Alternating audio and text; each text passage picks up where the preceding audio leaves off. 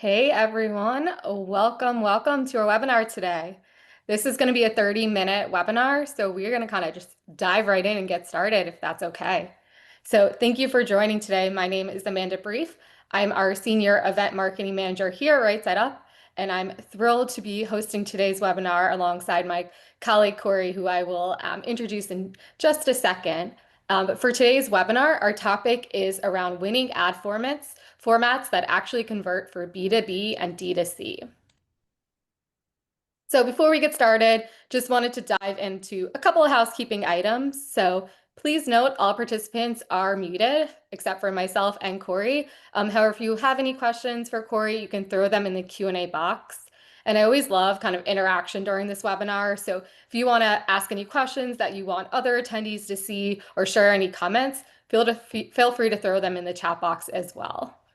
And then lastly, an email with the recording will be sent out tomorrow. So if you want to rewatch it or share with any colleagues, look out for it in your inbox. All right. So I'm thrilled to be joined by my colleague Corey Verschuren. He leads our Studio RSU team, the performance creative unit here at Right Side Up, where he blends sharp creative instincts with operational rigor to deliver results that scale. I won't read through the whole bio, but I'll let Corey introduce himself in just a minute. And then what are we here for? So our agenda today is to talk about how to level up your creative and design ad formats that convert on Meta and LinkedIn. So with that, I'm gonna take a pause or take a step back and I will let Corey kick off today's webinar and I'll be back during the Q&A. Enjoy the webinar, everyone, today. Thank you so much, Amanda. Super excited to be here today. I always like to kind of go a quick second just about who I am, what I've done. Over the past 10 years, I've been in the performance creative space. And I started out kind of as a photographer, got into product photography, and then as career paths go, acquisition became more and more ingrained within my creative roles. And now I balance a really nice kind of viewpoint of a kind of marketing, a growth marketing strategy, as well as the creative lens. So when you blend those three together, you obviously get performance marketing. And that's kind of my passion, using data to kind of drive decisions. But also, it's one big puzzle for me. And it's what pieces fit in that puzzle. What channels can we use to reach that customer? What messaging resonates best? Is it more emotional? Is it more rational? Stuff like that. So I'm super excited to go over some of that knowledge today. Some other places I've been at and have done some cool work at has been Textile OS. There I led the acquisition creative teams for Just Fab and Shoe Dazzle, writing their commercials, directing them, doing a ton of ads. I think right now I've hit 500,000 ads launched. It's not quite a real counter because that is ridiculous, but I've definitely seen my day of a large variety of ads through and through. So first, I always like to ask a question back to this group here. What overall businesses are you part of, B2B or D2C, or other, if there's a third one somewhere out there in the middle? I always like to do this because a lot of people view these kind of industries as very separate acquisition, very separate ways we create or talk to these customers. And I'm excited to dive into that in a little bit later. Perfect. There we go. 60% D2C and 20% B2B. I love it. So what we're going to cover today is just some proven ad formats that drive performance, how to adapt across these different industries, and then some real world examples of those formats in general there. Excellent. So everyone has heard this probably over and over again in the past 2 years. These media buying platforms, they're becoming more and more automated. If you set up a campaign in the last year or 2 years, you will know that you almost have to fight with Meta to do anything manual, with Google to turn off AI enhancements, Advantage Plus, to turn off any of these automated features. It's buried somewhere, it's really hidden, and you have to really fight with them to even do anything custom. 5 years ago, you could pull a ton of different levers. And there were a ton of levers that my media buying teams and partners were actually doing. Nowadays, it's like, what lever can we do? It's like, turn it on, turn it off. Maybe adjust their targeting a little bit if you can. But Meta's been saying over and over again, just launch some ads and we'll figure it out with the algorithm. Don't worry about anything else, campaign structure, stuff like that. It's been a wild ride since 14.5 update with the privacy laws. And we're at kind of this point today where creative is king. Creative is kind of that only lever that we can really pull to make a much bigger difference. Um, uh, Again, just kind of what I outlined. One big thing that's new, obviously the hottest topic is AI, but the automation part of it. Even I was just exploring, Meta has a beta feature where it'll actually now take your ads, the creative, and it'll swap out the headlines within the ads with AI. And I saw it and I was like, wait, that's not the original ad. I was like, what? This is wild now. So even on the creative side, it's getting a little bit more AI-ified more and more.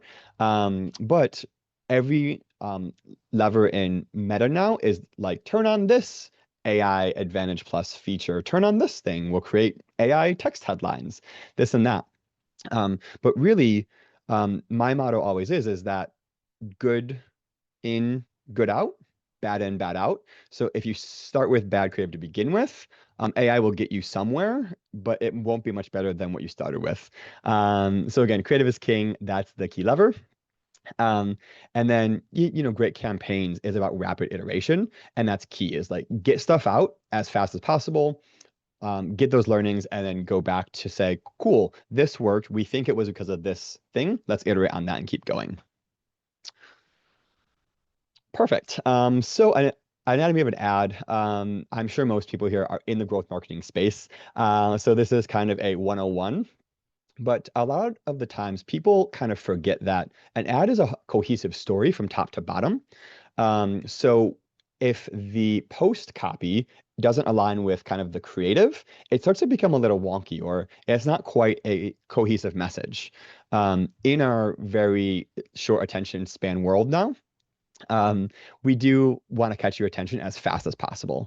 So that's obviously the hook, the thumb stopping. Can we get you to stop and actually look at the ad as fast as possible? So hook visual, and then obviously the headline in the actual ad copy goes down below, and then the actual message goes up above, and then the CTA. But most people don't actually think about this whole entire story. They only say, oh, is this creative good? Or this post copy worked before, let's redo it. With AI now, Meta will recommend you 10 other post copy versions based on the one that you give it. Not a bad thing, but that does slightly start to degrade the user experience. I often think a lot about that, about what story are we telling and does it make sense? And when someone clicks on the automated Advantage Plus AI in Meta or in Google, is it actually telling the story? Does it actually matter? Because Meta and Google ABCD test and find what resonates best and pair everything together. But it's always funny because even with search, when you see how it pairs the headlines together, you're like, these make no sense at all. And you're like, what a weird ad that like it's just pairing together. Um, but that's kind of the world we live in, and obviously Google search will tell us exactly what works the best, and it's normally the one that actually makes sense and forms that cohesive message. But I always thought that just the format of Google search ads was always just a little wonky from the beginning. Excellent. So this is a huge, huge, huge thing that I'm a firm believer in, is when we start looking at what ads should we create, how should we get to our customers. Um, I love looking at emotional versus rational messaging because most people don't view it that way. They say, oh, what's a catchy headline? Or what is the sale? Or how can we get this? Or how can we approach this hypothesis or this concept? But they don't actually break it down of, is this more emotional or is this rational?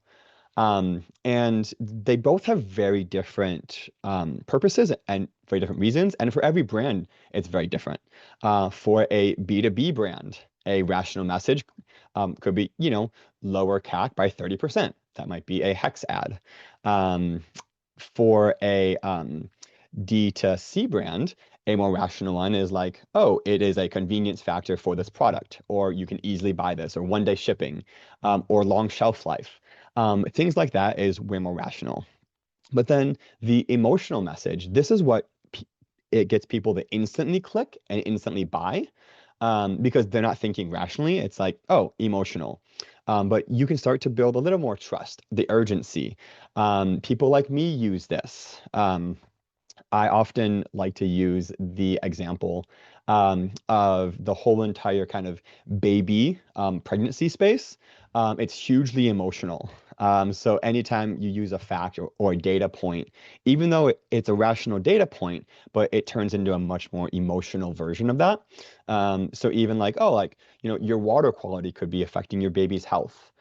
Trying to sell a water filter or a filtered water bottle, stuff like that. And any mom or any soon-to-be mom would be like, holy smokes, why would I ever use tap water ever again for my baby? So things like that, and that will get that reaction. That will be thumb stopping, right? Even though it might not be rational, because you might have a whole home water filter, but what about the water bottle that you fill up at the park, which is city water? Now I have to have that filtered water bottle now, for something like that. So when you start to really approach messaging like this, and we do full entire ABCD tests. Sometimes we do a whole entire ad set of just emotional and then some irrational, or we test emotional versus rational.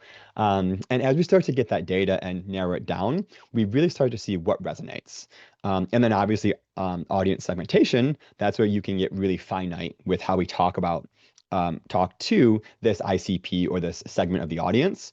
And that's when you get crazy robust targeting, and then media buyers start to hate us because we're like, this one is for this ICP and this one and is for this one, and now we have 50 ad sets for one concept that we're testing.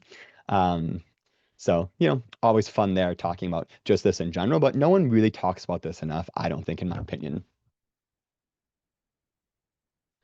Perfect. So we had what, 20% B2B, 60% D2C, and then other was 20%. A lot of people view these as very different messages, very different creative and stuff like that. I'm here to say they're not. You use the same testing framework. You do some things differently, but it's essentially you're still talking to a human, right? It's just a different context. It might be about saving time at work or a tool that helps you do this thing to help your overall business. But there's still an emotional benefit. There's still a rational benefit. It might be cost savings. It might be a sale discount. It might be just making your whole entire life easier. Um, D2C, you're selling more a product. You might be selling a SaaS software. But even with that, you're still using kind of the same playbook of what's the messaging, what's the ICP, and how do we reach them, and how best can we actually resonate with them. So I've noticed throughout my time is that B2B companies feel like they have to be really brand strict. They feel like they have to uphold this really kind of finite of here's our brand guidelines, here's exactly how we talk about the product, and we can't really divvy off of that. I'm here to say whoever thought that is the correct way to do it. Acquisition and growth marketing is all about finding what works, going doubling down on that, iterating on that, and really pushing that out and putting spend behind that. And that's true for B2B or D2C. It is B2B, you might be talking to more professionals. You might be talking to the CMO if you're selling a media buying platform and stuff like that. But I've learned that when we start to get those guardrails looser with B2B clients, we start to unlock way better performance. And this is one thing I always, always, always drive home on of like, if your brand guidelines are here and we can push a little bit and we get data that it's working, why would we ever stop that? Like, let's keep pushing it. Obviously, we won't go too crazy or too far or get too, with memes and all this other stuff, but it does have to be on brand and resonate enough with the message.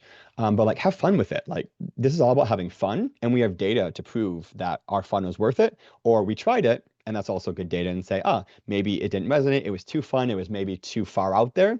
Let's pull it back or do a different concept. So I always like to hammer on this as well, because a lot of B2B brands are like, here's our brand, that's it. And I'm here to say, cool, let's push it a little bit or test this thing or um, do stuff like that. Perfect. So ad formats. Um, so I always like to go through just the top 5 ad formats. And a lot of people think that it's really hard to get ads like this, to get creative like this. The best ads I've seen, I've taken like with my cell phone, where I wrote a sticky note concept, for example, have the product, top down photograph it, it's good to go. Um, some of the worst ads I've seen in terms of the creative look and feel, they are um, the best performers. So I've now learned at this point that my overall bias doesn't work and doesn't count because what I know and what I think will work, it's pretty informed. It might work, but it's actually like I think it's ugly. I'm probably going to run it anyways because best performance always comes from those ones where I'm like, I don't like it, I hate it, but like let's test it, and all of a sudden it's the top performing ad. The next one here, and my layering got a little bit off here, is let's see, the top 5 reasons why. If you could go back for a quick second, Amanda, this middle one is top 5 reasons why. And this is a really good way to get a ton of information very quickly. Um, Most brands with video, there's a really good 2 or 3 second hook. You can see Stitch Fix is using a machine in a factory. They're like, how does that relate to clothes now? Um, but with that, it's a really good way, or not Stitch Fix, it's Stately. It's a really good way to be able to get a ton of information really quickly, have a hook, even if it's not related.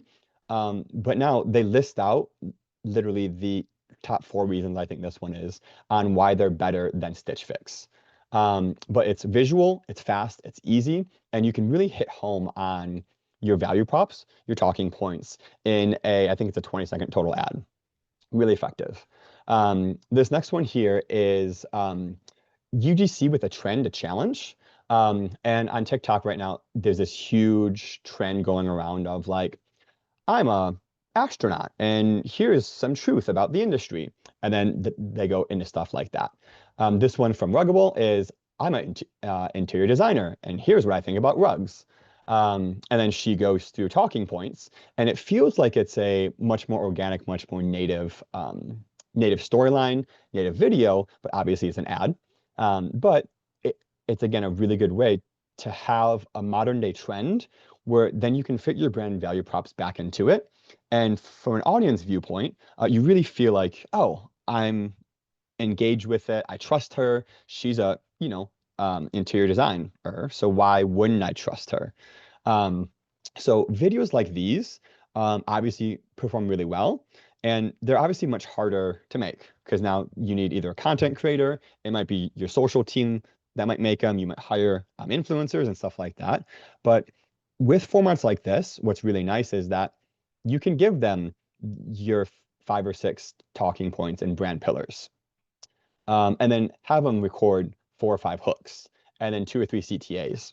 And now you can mix and match this whole entire thing. You can test different visuals in the beginning, like that stately video where, again, it's not at all related to this. It's just a machine and a robot. It's the weirdest thing ever, but you stop like, oh, what is that? Not an ad, it's actually is that ad. Next slide, please. The next one is bold stats and social proof. We have been seeing this work more and more and more. Um, and they're really simple, right? It's just one big bold fact, one big bold headline.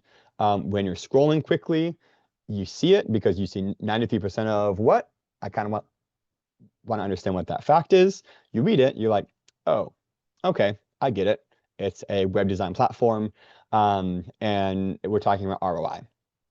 Okay, cool. So obviously B2B ad there. But that works across every single industry, and it really starts to help people understand your product and the value of your product without having to list out, your top 5 value props, without having to list out price. They're doing sale discount messaging, stuff like that. But they're really effective across every single industry there. This screenshot concept. has been taking off more and more, whether it's a ChatGPT one, whether it's the Apple Notes one. We've seen this be a really effective way. And this is actually a really interesting kind of backstory behind this. I don't have hard data or hard facts, but have you guys seen the temple run videos where it's like the guy running through? It's huge with Gen Z right now, but they will now read Reddit posts over the Temple Run video, and the video keeps your attention. The voiceover keeps the story going. But that's where this whole entire thing came from, of like people my age-ish, and then younger, have really started to watch more and more of those videos. And it's a screenshot, and it's a funny comment or a funny meme or funny post on Reddit and stuff like that. So the whole acquisition growth space has kind of really taken that into this like, well, if we just do something like this for this coffee replacement, we kind of resonate with that because that's been a huge viral kind of meme thing for a long time.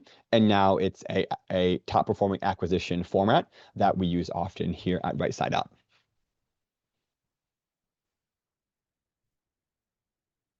Perfect. So now I went through some ad formats, but what is that actual recipe? And again, like I said earlier, it's kind of not good stuff in, not good stuff out. Um, but this is where you actually do have to get kind of creative, or you do kind of have to have an expert, quote unquote, to kind of understand what's happening in the industry, what's happening on TikTok, what trends are taking off, to really start to capitalize and play into those trends. A huge thing, which I find really funny, is that when Apple announced their whole Glass UI thing, you just saw a horde of ads coming out from brands redesigning their whole apps to have Glass UI now. Smart move because obviously it matches the aesthetic more, but it's really funny that the second you see kind of a really big trend happening, everyone copies it, and all of a sudden now we have Glass UI everywhere.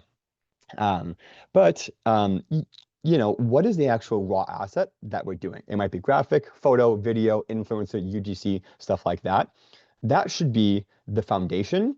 And you can say, I have this. How can I creatively turn this into something else that will resonate better, that will have a better thumb stopping rate? And that's where, is it a bold headline? Is it creative editing? Like Stately, they again had that robot at the beginning. They're a clothes brand. Why is there a robot? Right? But that catches people attention. Um, and and that's where we go, what is the actual strategy? What guides the story? What's the emotional trigger? What's the actual message? What's the blueprint of that asset now that we've identified like what the actual asset is? And then you do need a growth-minded or performance designer. I actually have a really hard time sourcing growth marketing performance-driven designers because most designers are brand designers. Nowadays, most designers have actually kind of done both, but having someone that truly understands what's the actual customer journey, what's the goal of this creative, and how can we actually get it to pop in the feed? And then obviously, what's the tool? Is that Premiere Pro for video editing? Is it Photoshop? Is it Canva now? We're now seeing the better the tool, obviously, the better ad you get. But honestly, like Canva works great. If you're comfortable in Canva, you can use it. So that's kind of that perfect recipe for the ad.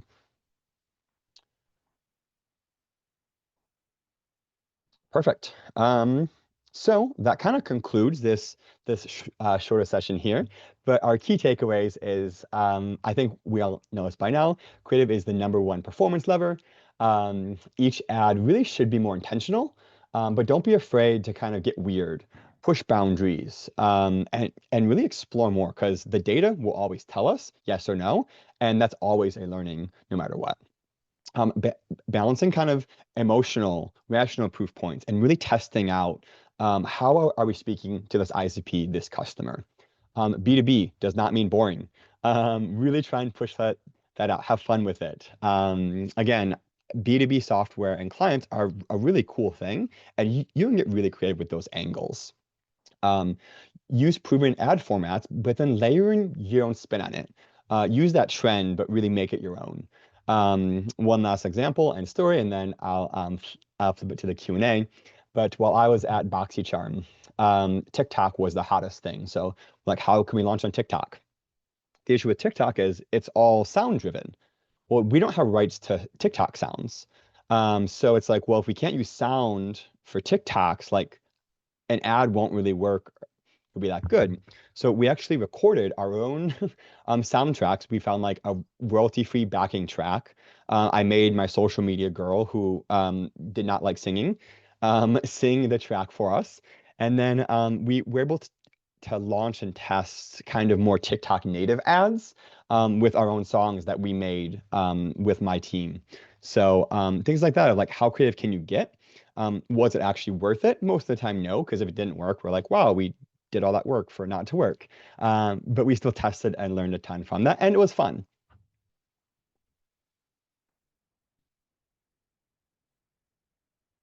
Excellent. Q&A.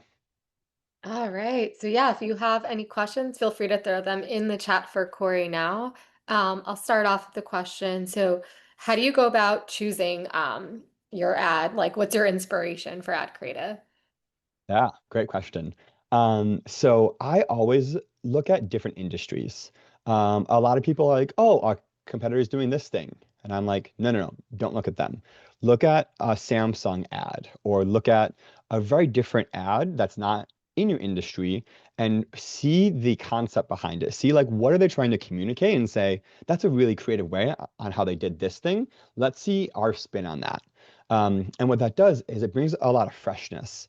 I see this a lot in these smaller industries or newer startups where it's like, oh, they're doing this, let's do this. I'm like, yeah, we can just copy them, but like, are we going to really break through? Especially because with Meta's targeting and algorithm, if they're targeting that audience, they're going to get ads from you and your competitor. If all the ads are the same, now who do they trust?